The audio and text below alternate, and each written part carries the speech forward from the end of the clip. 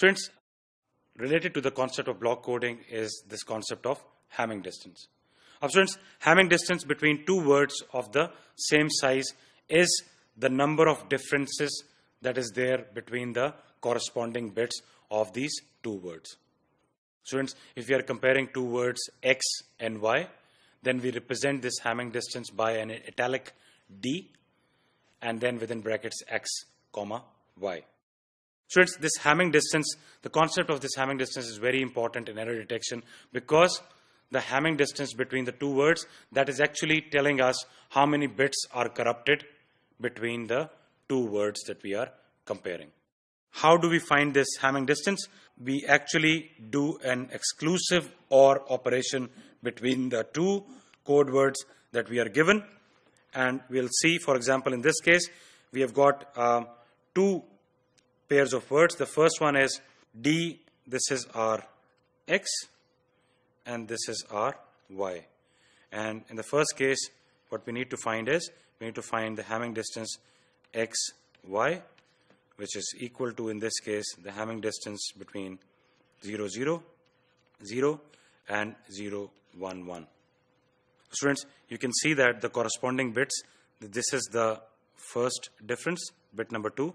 Then you've got the third difference here. So the Hamming distance between these two words is equal to 2. Second example, dekhte hain students. In this particular case, we need to once again find out the Hamming distance between these two. So let's check 1, 0, 1, 0, 1. The second code word is 1, 1, 1, 1, and we have got 0. So students, in this particular case, is there a difference between first position of the bit? No, there is none. Is there a difference in the second one? Yes, it is. So 1. Then you've got the third position, no change. You've got the fourth position, there is a change. So we've got 2. Then we've got a third position, there is a change. So Hamming distance in this particular case is 3.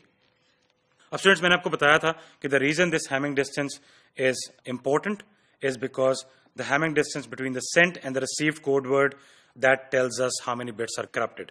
If the Hamming distance is not equal to 0 between the sent and the received code word, if it is not equal to 0, that tells us that we have got our data is corrupted and we have an error. So this Hamming distance, this needs to be ultimately 0. Now students, how we find this out is we use the exclusive OR operation. We also represent this by this plus sign or positive sign within circles, and this is the exact operation that we have done. So what we have essentially done is we have done an exclusive OR between, in the first example, we have done an exclusive OR between 0, 0, 0 and 0, 1, 1, and after that we have just counted the number of ones in the result. So whatever the result that comes in, we just count